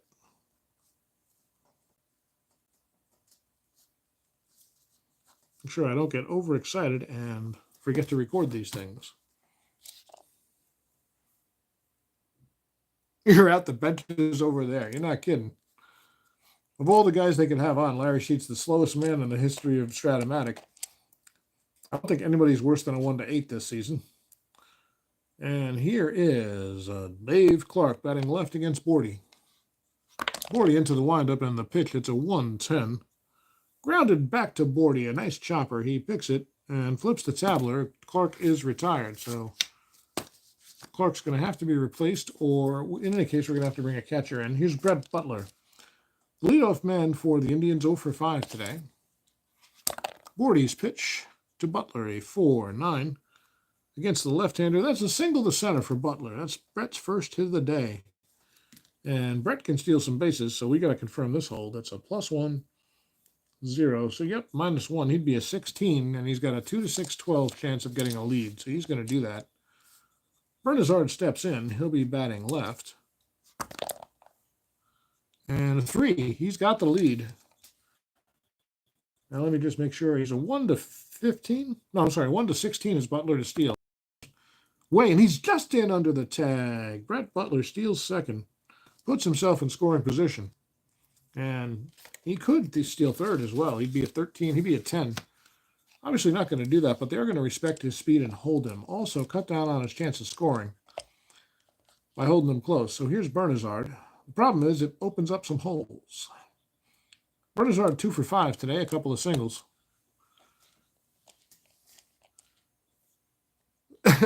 Sheets, frankly, I don't give a damn. That's right. Butler said, you want to see speed? Let me show you something. Let me show you something. All right. Here's Bernizard. He'll be batting left against Bordy. Bordy looks in for the sign from the stretch. Reroll that 20. That's a 2-8 against the right-hander. And that's a single up the middle. That's going to get Butler in. Butler was off on contact, and they will have no chance at getting him. The throw comes into the cutoff man. And once again, the Indians take the lead at 6-5. And Bernizard might be trying to steal. He's a 16. That'll make him a 15. He's going to try to get a good lead against Bordy. Bordy not in danger of fatigue till the next inning, so I think it's his game to win or lose. Right now, he's the loser of record. A 7 is not good enough for Bernizard to get a lead, so Tony's held closely at first. And that'll bring up Franco, who is all-world so far this year. He is 9 for his first 11 in 1986. 3 hits today, including 2 doubles and a run scored. And Bernizard held closely at first with 1 out. They'd love a double play ball here.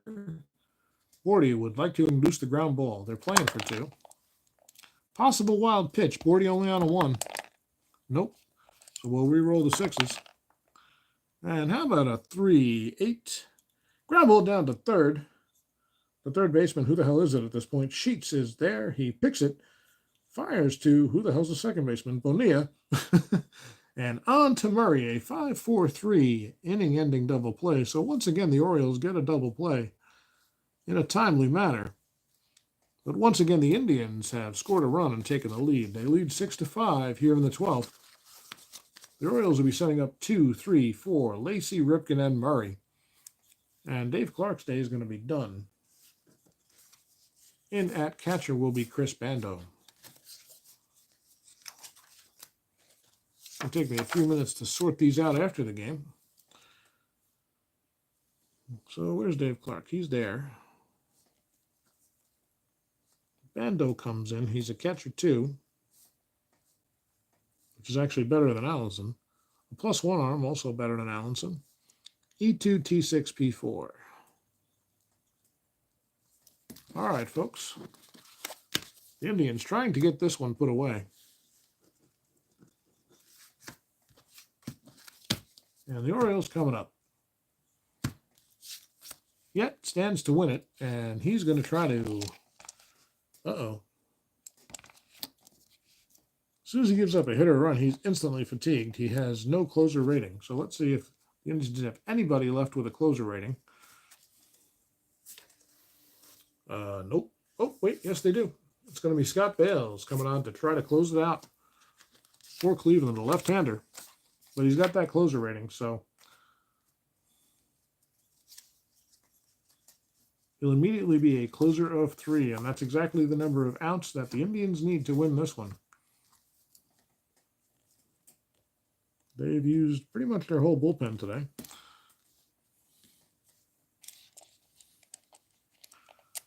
So it's going to be Lacy to lead things off. He homered to tie the game back in the, 10th inning. Let's see what he can do here. Bales from the left side. How about a 4-10 against the righty? Ballpark single. Lacy's a righty. It's a 1-9 chance. Never mind. A soft liner into the glove of Franco for the first out of the inning. Lacy's retired. 1 down. Here's Ripken. Ripken 0 for 4 today. Scored a run on a walk. Cal waits and Bales from the windup. How about a 1-5? Grounded on the ground as opposed to grounded in the air. To Franco at short. That is the 5th time Ripken has hit it to shortstop today in 5 at-bats. And he's retired. And it's going to come up to the veteran switch-hitting first baseman Eddie Murray. Murray has 2 hits today, 2 for 4, doubled and scored a run. He also walked. Bales on the verge of nailing this one down. He needs 1 more out for a Cleveland victory. That would be their 2nd in a row. They won the first one against Baltimore. Earl Weaver looking on. Pat Corrales on the edge of the dugout. He kind of expects his team to blow the lead at this point, and it's only the 2nd game of the season. Hey, Pat, they won the first one. Try to relax. All right, so nobody on, 2 outs. Here's Murray. Bales from the windup. Murray batting right. That's cocked. We got to re-roll it. It's a 1-10 against the left-hander. Ballpark home run chance. Murray's batting. Oh, he's batting right. If he was batting left, it's automatic. Batting right, it's a 1-14. That one is hit deep to left field. Back on the ball goes Mel Hall. This could be a tie game, folks. It is! Pat Corrales throws his hat, ranting and raving, throwing bats all over the dugout. Eddie Murray with a game-tying home run here in the bottom of the 12th inning. There's no bullpen to speak of in Cleveland, folks, and it's only game 2 of the year. Holy cow. I don't know what to say. I couldn't script this one any better. 2 down. It's going to be hard to play 2 now, folks. Gee whiz. I want to play 2, though. Isn't this fun? This is why we play him. So that'll bring up Beniquez. Bales can't believe it. He just can't believe it. He started this inning. He got the 2 outs pretty quickly on the infield, and then Murray deposited one over the left field fence for a game-tying homer. The 2nd time that's happened today. First it was Lacy, this time Murray, and Beniquez now has a chance to win it, or at least keep it going for the Orioles in the bottom of the 12th. 2 down, Beniquez, 2 hits and 4 tries today. Drove in a pair, scored 1, and had walked. A good day for Beniquez at the plate. Let's see what happens against the lefty Bales. The pitch, it's a 5-12. Ground ball, first base, X. No sure things, folks. Tabler's a 3E15. Pretty pedestrian. A 15 ought to be fine, and a 6 could be interesting. That's going to be a G1. And no error on the 6. So Tabler takes it and flips to Bales covering. For the final out of the inning, we're going to 13. And we're going to 13 in exciting style. It hasn't been any boring extra innings here, folks. Who the hell needs that ghost runner when you got action like this? It's Rich Bordy coming out for his 3rd inning of work where he may get fatigued.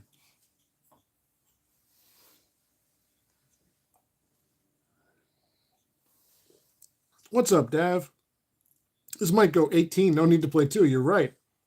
Yankees, Bob, you're waiting for the Yankees game. Sorry, Bob.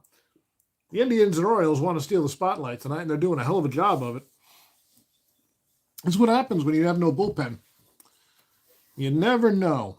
You just never know. There's nobody to shut anybody down in either one of these bullpens past Ossie and Baltimore's bullpen.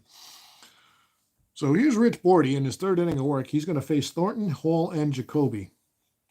No pinch hitters here. These guys are all solid. Andre Thornton's 1 for 4 today. He's doubled and drove in a run. He also walked.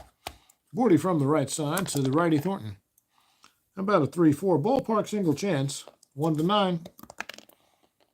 Into the shortstop's glove. Ripken retires Thornton. 1 away. The ballpark singles have not had good luck today. The ballpark homers, on the other chance, they've been flying out. So here's Mel Hall, lefty, against Bordy's right-hander. Hall is 1 for 5. Doubled way back in the second inning. He's grounded into a double play as well. 1 out. Nobody on. 1-5 against Bordy. Flies out to left field. Young is there, medium deep, and makes the catch. Second out of the inning. Well, that'll bring up Brooke. Jacoby is 1 for 4 with a walk today. Bordy with the pitch. It's a 3-7. Grounder to second. That's the only non-hit, pretty much. He has 2 non-hits in that column, and he found one of them. So grounder to second. Not Wiggins. Bonilla is there. And Jacoby is retired. A 1-2-3 for Bordy. And if it goes more, he'll probably keep pitching. They're going to try to stretch him out as much as they can. So Bales will come back out after having blown the lead. He's fatigued, actually. Bales is tired. Let's see what else the Indians have going on in the bullpen. They've got 2 more guys. They're going to go to Dickie Knowles. Oh, boy. Because Bales was on his closer rating, so he's fatigued after that. The pitchers, the Indians go to their 1, 2, 3, 4, 5, 6th pitcher of the game. What is this, 2023? This doesn't look like 1986 at all. It's nothing but bullpens and homers.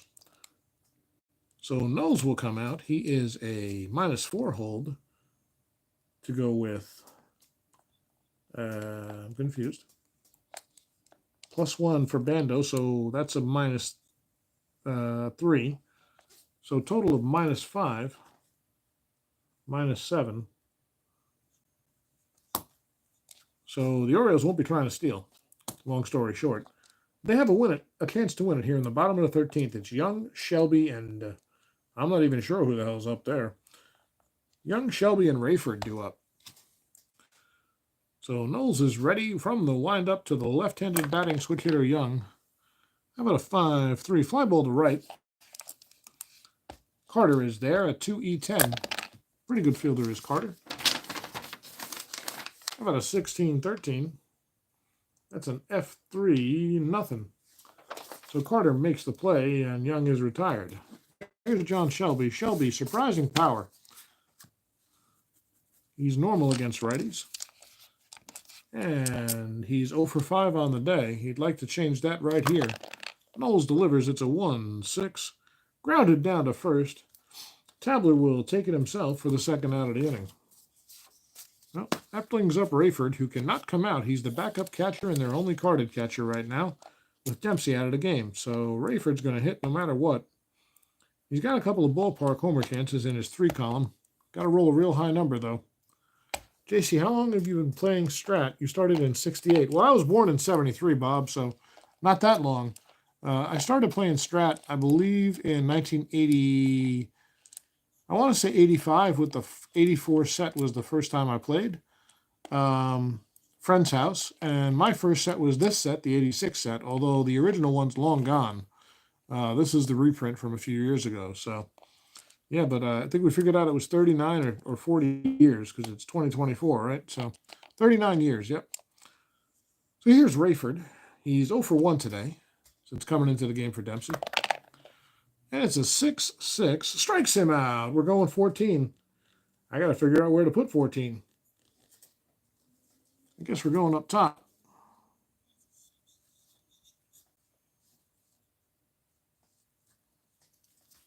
We're going up top. First time I've had to go up top on these. It's tied at 6. We'll go to the 14th inning. Indians coming up against Bordy, who's going into his 4th inning of work. So here's Tabler. Tabler 2 for 5 today now. Bordy delivers. It's a 4-5. Ground ball shortstop X. That'll be Ripken. 2E14. Oh, a 2. That's not good. That's going to be a base hit. A 2 on a 2 is indeed a single. And that's an 11 on a 14. No error. So a single for Tabler to lead things off here. That's a 1 to 11. This is an interesting spot. The Indians still have some guys on the bench. Do they have anybody who can play first? No. Do they have anybody who can play first? Who do they? Cart could play first, which means we could bring in anybody. So actually, Tabler's day is going to be done, folks, and it's going to be a pinch runner.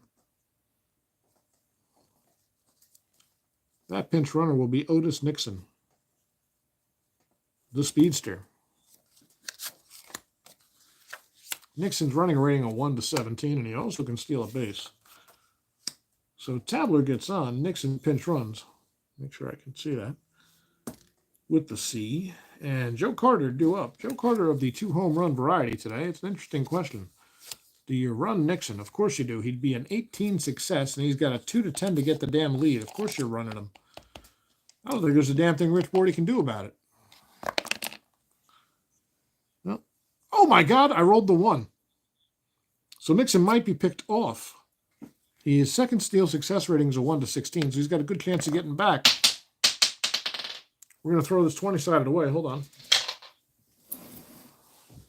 That ought to be a throwing error on the pitcher, but it's not. Let me make sure I put the table back right. Hold on. Give me a second. I got a little lag on my stream here. I'm wearing my Yankee flannel pajamas. That's what you're seeing there. All right, I think the table's back pretty good. A little tilted. There we go. All right, is Nixon picked off? Talk about building the tension. No, Nixon's back, but he's not going to get a good lead. So he'd be at 13 to steal. They're going to keep him at first for now with Joe Carter coming up. Joe has 2 home runs today, 3 hits and 5 tries. Boy, would he like to get the Indians out in front again. Bordy wants anything but. He wants a brisk ground ball, double play ball here. Tailor-made if he can get it. Bordy likes the sign from the stretch. How about a 6-7? Ground ball, second base X. That's got possibilities. The second baseman is hiding somewhere. It's Bonilla. He's a 4E15. Is he holding him? He is holding him. So Bonilla will be a 5E15 here. Holy shit. The profanities seep in as the game gets crazier. 5E15, that's a 12-12. That's a single 2. Wait, sorry, wrong side. 12-12 on a 5E15. Figure it out, Bobby. That's a G3 with a number sign, so that's a single 2 after all. And a 12 on the second base 15. No error, so a single 2. Nixon will move easily to third. So now the tying run is at third. Carter's on at first. They're going to have to play the infield in to cut off the go. It's not the tying run, the go-ahead run, pardon me. They're not going to hold Carter. He can pretty much walk to second. He'd be a 19 if he can get a good lead. He's going to try. What the hell? A 6. He doesn't get a good lead. Weirdly enough. I don't know how that's possible, but he doesn't. So what would he be there? He'd be a 12 to steal second. Nope. Carter not going anywhere. He's going to let Nixon dance around on third, try to distract Bordy. Bordy on the verge of fatigue, by the way, if he gives up another hit or walk. And Chris Bando coming to bat for the first time today. First and third, nobody out. The infield's in. The pitch from Bordy is a 5-7. He really needs a strikeout here. That's going to be a base hit, double 1 to 4, single 5 to 20. This one's getting out of hand. The Indians take a lead again. Nixon walks home. Carter at third. Bando with the RBI single in his first at bat of the season gives the Indians a 7-6 lead here in the 4th inning. And Bordy's tired. Rich will come out. Well, shit, everybody's tired. They've used everybody the last 2 days. They're going to go to, who's coming up? Butler, Bernazard, and Franco. Their options are Nate Snell or Odell Jones. They're going to go to Jones. That's their 5th pitcher. I'm going to have a hell of a time compiling the pitching stats on this one. And it'll be Brett Butler coming up. Still nobody out. 1st and 3rd. They're playing for a double play now. They have to, otherwise this could be a big inning. So the infield's back. Jones with his first pitch.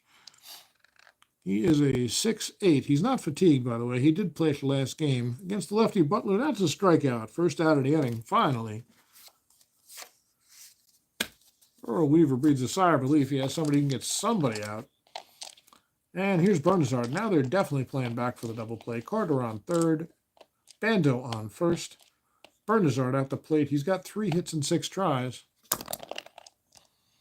How about a 2-6, single 1 to 5, or a ground ball back to the pitcher?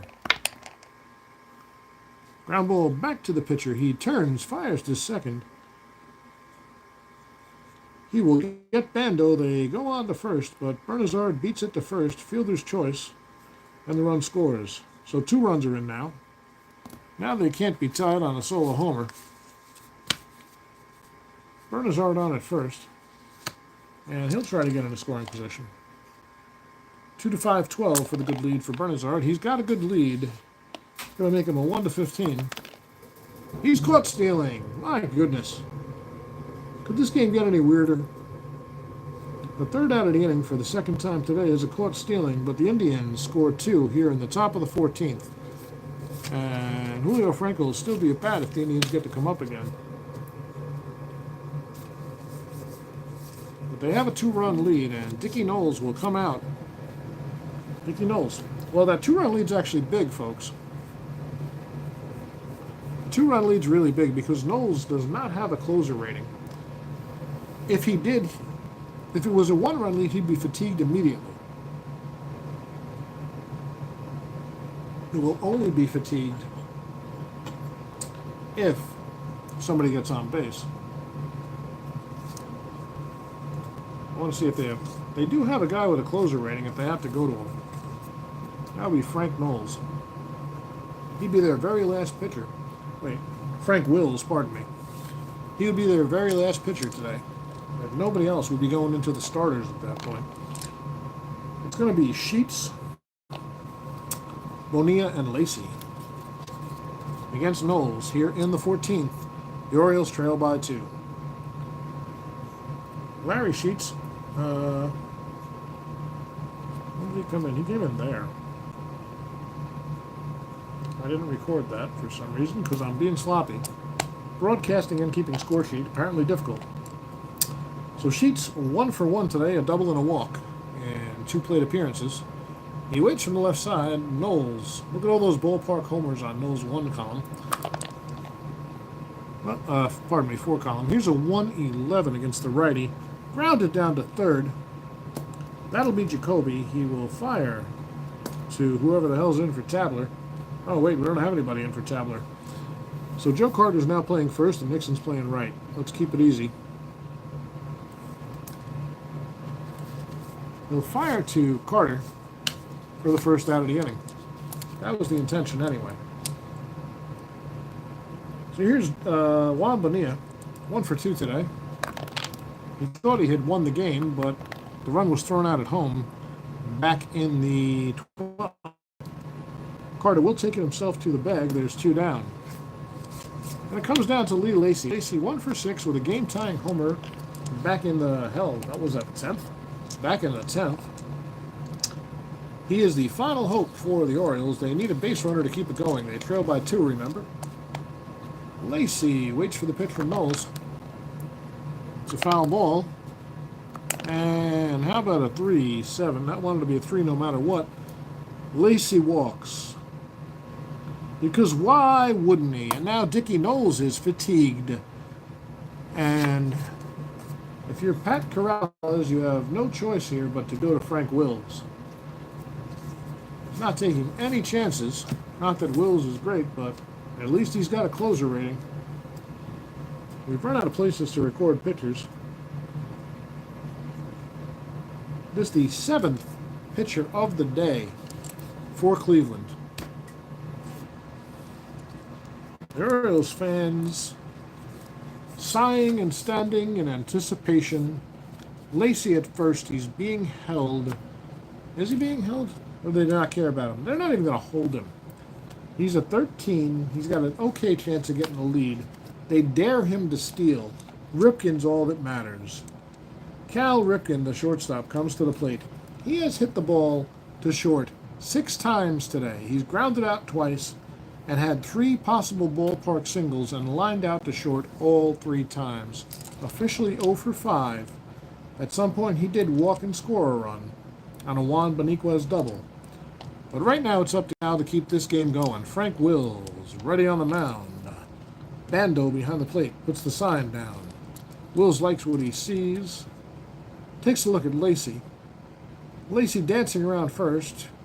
Wills settles his mind. He doesn't care. The pitch to Ripken.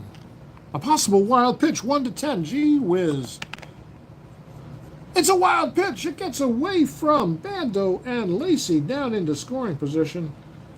That's frustrating, but it ultimately doesn't matter.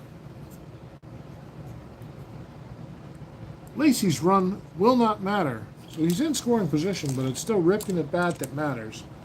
He's back in the box. It's 1 ball, no strikes, and Wills set the pitch. That's a 7, not a 1. How about a 4-6 against the righty Ripken? Double 1-11, single 12-20. Are you kidding me? The run's going to score. A base hit for Cal Ripken. Lacey comes around. He was off at the crack of the bat. And Cal is on at first base. The Orioles now trail by 1. Can it happen, folks? Can it happen? Ripken on first. He's the tying run. And at the plate, the potential winning run, switch hitter Eddie Murray batting left against Wills. And by the way, folks, I just realized, belatedly, it hasn't mattered because we haven't hit a dot, but Wills has a closer rating of 2. He started this inning, got 2 outs, at which point he immediately became fatigued. There's nobody left in the pen. It's Frank Wills' game to win or lose from here on out. He's going to be tired for the rest of the game, no matter what he does, and Eddie Murray's at the plate. Eddie is 3 for 5, a single, a double, a solo homer that tied the game back in the 12th. He has walked. He scored another run. Hell of a day for Murray. Frank Wills has to deal with the switch-hitting Murray. Ripken basically standing on first. They're daring him to steal. They're not holding him. He's taking a very short lead. He's going to let Murray do his job. It's a 2-9 to Murray. Strikes him out! No dots. Oh, no, because it's on the batter's card. Frank Wills strikes out Eddie Murray, and this one is finally in the books. The Orioles manage 1, but it's not enough. And at the end of 14 innings, the final score, your Cleveland Indians 3, 4, 5, 6, 8. Yes, 8. It was tied at 4 after regulation. Somehow we're here in the 14th. Cleveland 8, Baltimore 7. Final score. The winning pitcher, I have no idea. Frank Wills gets the save, which makes the winning pitcher Dickie Knowles improbably. The losing pitcher who gave up the runs is going to be Bordy. Yep. Bordy takes the loss. Knowles the win. Wills the save. We were going to play 2. It was a great game. Yankees Bob, thanks for tuning in. Guys, I'm here pretty much every night. I'm trying to play a couple of games, more on weekends. We break it up a little bit sometimes, but for the most part, we're playing the Strat 1986 season. Thank you guys for tuning in. My name is Joe. This has been JC Sports Replays with a spectacular game here at Memorial Stadium. By the way, the Indians go to 2-0 behind Pat Corrales, who might need to take more blood pressure medicine after this one. And Earl Weaver is seriously considering retiring, as the Orioles start the season 0-2 in heartbreak fashion. They tied it up twice. Actually, they tied it up 3 times in the 9th, again in the 10th, again in the 12th. And they almost had it in the 14th, but Eddie Murray went down on strikes to Frank Wills. And this one's in the books from Memorial Stadium, April 9th, 1986. Stay tuned, folks. They play again tomorrow. I'll be back tomorrow night with this advertised Yankee Royals game. I do apologize for that. I thought we'd have time. Wouldn't think we were going 14, so... Once again, I appreciate you all. Hope you have a good night, whatever you're doing. Tune in to some good streamers, play some good games, love your people, and I'll see you tomorrow. Bye-bye.